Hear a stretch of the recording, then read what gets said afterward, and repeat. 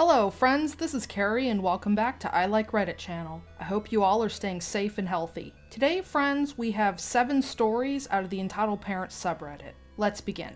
Our first story is by a Squishy Cola Deputy. Karen wants to make me leave my own party. Some context. I was in the army for 5 years, and I was standing near an IED when it exploded. I have some scars on my arms and legs. Cast. Me, my wife, Karen's husband, Karen, and Karen's kid. This took place 2 years ago when we had a semi-big 4th of July party. It was hot out, and I had shorts and a tank top on. Some of the scars were visible, but most were fixed with surgery. The main one was on my arm, running from my shoulder to my elbow. A kid asked why I had it, and I just said I got hurt. He just walked away to his mom and dad. I was standing at the grill, like any dad at the party, and Karen storms over to me and started yelling that what I told her son traumatized him. I was confused for a minute before she pointed to my arm. Apparently, I was an awful person for doing this. The yelling attracted my wife and Karen's husband. The husband was mad at me because I made his wife angry and whatnot. My wife tried to calm them down, but it was no use. Karen yelled that I need to leave my own party because I was big and scary to kids, and she thought that I was threatening her. I apologized for looking scary, but I explained that I was not going to leave my own party, but her family was free to leave. We ended up just asking them to leave after a loud argument. The worst part is that I burned the burgers. Our next story is posted by Yiffy Balls. Blocking off the street so that your kids can play. This afternoon, I exit my driveway ready to begin another fun day of crib shopping with my wife. Where normally there would be a wide open street with the odd car parked on the side, instead was a row of pylons blocking the entire width, protecting half a dozen kids driving those power wheels while each of their mothers stands, arms crossed, seemingly pretending to be additional pylons themselves. It wouldn't be a really big deal on a cul-de-sac, I suppose, but a relatively busy one-way suburban street poses somewhat of a problem.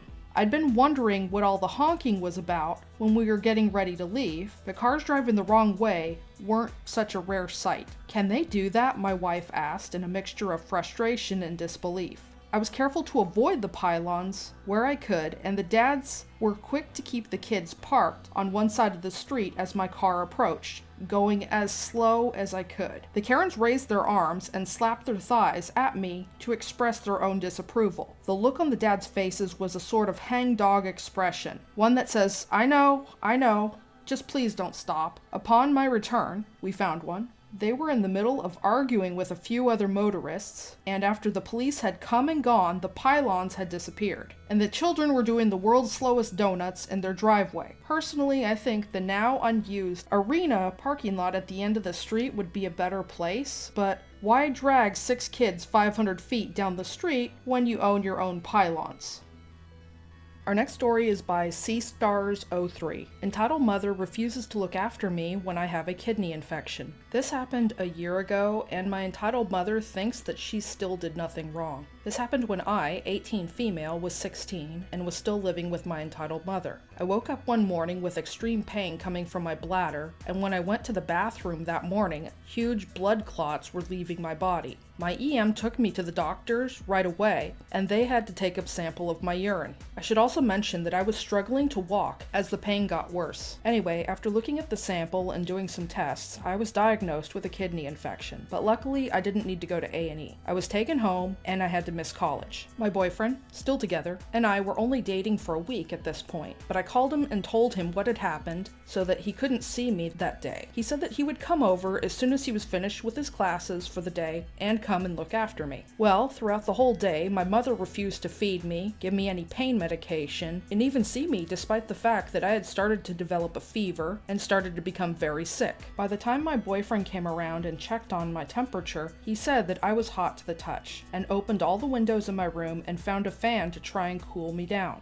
After the whole thing, I was finally able to sleep, and he kept an eye on me and let me sleep on his chest. When I woke up, he had some pain meds for me and told me to take them. My entitled mother wouldn't tell him where they were So he had to ask my younger brother, who had no idea that I was sick. He thought I was still at college, bless him. So they raided the kitchen until they found them. Seconds later, my entitled mother offered my boyfriend food. My stomach was growling, but she chose to ignore that. My boyfriend heard this, and he said he wanted a cheese toastie, but would like it cut in half. She did just that, and he gave me half of it while my mother just glared at him. My boyfriend stayed till 10 p.m. to make sure that I was alright and had his parents pick him up. After he left, my entitled mother banned him from coming over, and I asked why, and wasn't given a reason. I told him the next day, and guess what? He turns up in his rugby uniform and stayed for another 2 hours before leaving for his rugby game. To say that she was angry was an understatement. He left the next day when I was able to return to college, and I told him what had happened. The thing is, my EM has never fed me when I'm sick or have had an infection. I don't know why, but that's just how it is. However, always make sure that my younger brother is fed, well medicated, or whatever when he's sick, so I think she just favors him more than me. I should mention that my brother isn't entitled, but is one of the sweetest people I know, and is famous for his hugs, and he is in primary school. About a month later, I moved out of her home and into my awesome dad and stepmom's, and I've been loving it there ever since. My boyfriend, my dad, and my stepmom all get along great, and I'm so happy about that. If you're enjoying the content so far, please put a heart emoji in the comments section down below. Our next story is by Green Eyes 1986. Entitled parents insist their kids be at my child-free wedding. So this happened 6 or 7 years ago. I was getting married, having a small child-free wedding. We sent out invitations 6 months in advance so everyone had notice. My friend Lee and her husband, who I work with, has 2 kids, a 9-month-old, a 5-year-old that I had babysit on several occasions. The kid is a brat. It's known throughout our extended circle of friends that the child is not likable. When it came to my hen's weekend, we opted to go camping. I flexed and let Lee bring her kids. Our whole weekend was as followed. Lee: Rachie wants to go for a walk, so we better go for a walk. Rachie wants to hire rowboats, so we'll do that today. Rachie wants to go to the pool for a swim. Actually, Rachie doesn't want that for tea. What else do you got? Everything about my hen's weekend was about what the kid wanted to do. At one point before we walked to the rowboats, Miss Five proclaimed, "I have something to say. We have to leave right now." Well, we're ready. Do you have your shoes on? I asked. Miss Five burst into tears. Lee scolded me. She was just saying that she was excited. Nice one. No, she wasn't. She was giving orders at my hen's weekend. A few weeks later, we were talking about the wedding. Well, we'll sit in the back in case the 9-month-old starts screaming. And then I could just pop a boob out and feed her, Lee said. It's a child-free wedding. It says so on the invitation you got 6 months ago, I reminded her. Note, every other parent made arrangements for a sitter, including a woman with a 2-month-old. Well, if my kids can't come, I'm not coming, Lee said. My maid of honor, a mutual friend, tried to soothe things over. Can't your 2 sisters, or Coco, or your husband's sister babysit the kids for a few hours? No, my kids need me. If they don't come, neither will I. I know you want me there. I couldn't believe she hadn't even tried to get a sitter. A family member either? I felt blackmailed. So I made the call. Then don't come. You made your choice. A few years later, her friend got married, child-free as well, and she asked me to babysit.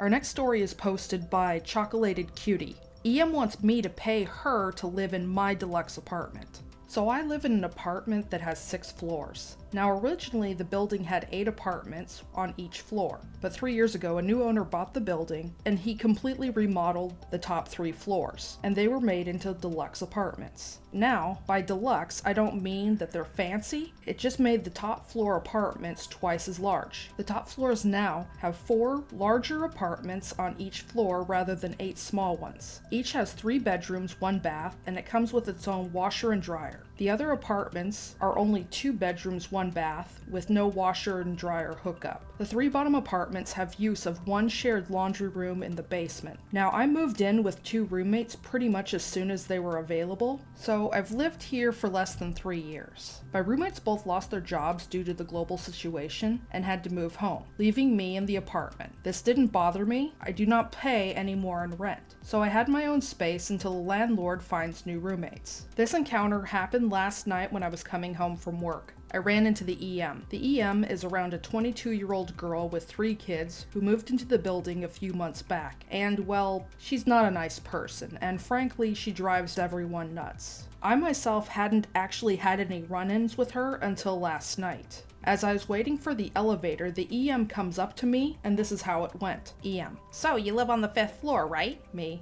yeah. EM: what apartment? Me: D3. EM: I hear those apartments are really big. Me: yeah, they're a good size. EM: they have 3 bedrooms, right? Me: yeah. EM: must feel really big without your roommates. Me: not really, I like being alone. EM: don't you think it's a little big for you?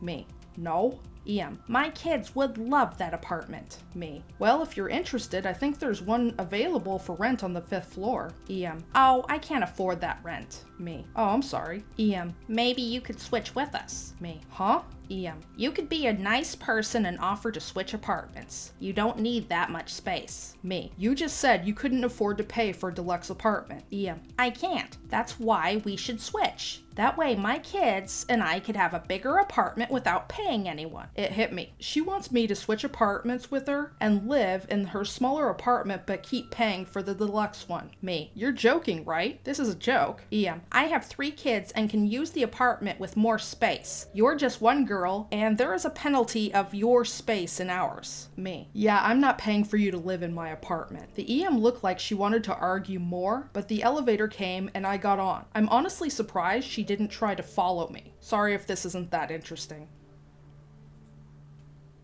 Our next post is by Word Nerd.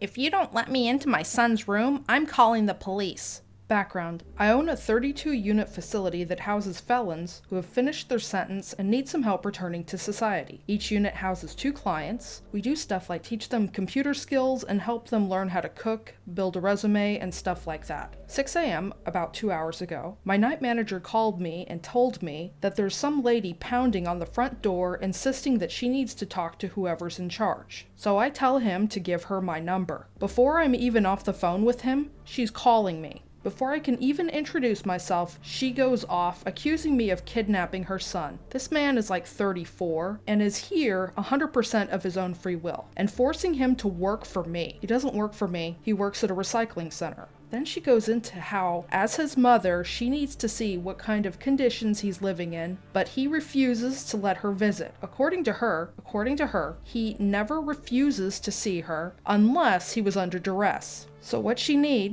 demands that I do is come to the facility, unlock his door so that she can go in and look around. I told her that that's not going to happen. I'm not letting her into someone else's home. She is not a resident here, her son is, and he isn't the only person who lives in that space. And I would need the permission of both her son and his roommate to let her in. She has no right to be here. Now please get off the property or we're gonna have you trespassed. This caused her to shriek, "How dare you!" into the phone, and tells me that if she isn't let in the next 10 minutes that she was going to call the cops and have me charged with kidnapping. I tell her, go ahead, and I hang up. I wasn't at the facility, but from what I could see on the security cam footage, it appears that when the cops that she said she called showed up, she explained the situation to them, and her son came to the front door and told the cops that he didn't want to see her and that we didn't kidnap him. She went into a rage and attacked her son, but he didn't get hurt. He just backed up and slammed the door. The cops took her away. I don't know what's going to happen to her, but dang. But seeing that dude's mom, he didn't have such a great start in life.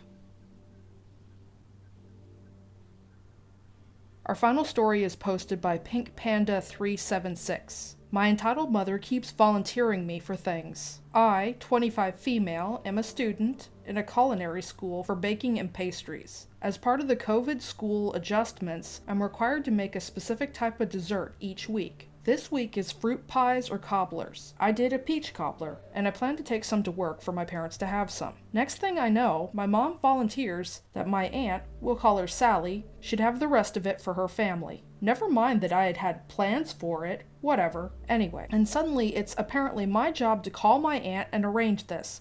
Nah, this was your idea, you work it out. She does this all the time. Oh, your work is giving out COVID vaccines? See if you can get Sally on the list.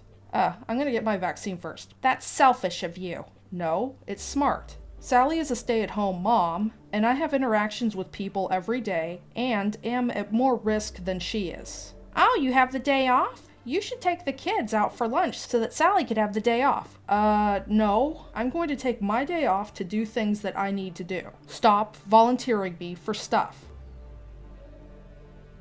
That's all the stories I have for today. Links to the original Reddit posts will be in the description box below. Please stop on by Reddit to show the OP some love and an upvote. If you enjoy my videos, please comment, like, share, and subscribe. Don't forget to hit the bell notification to let you know when I upload new videos. Thank you for watching and have a wonderful day.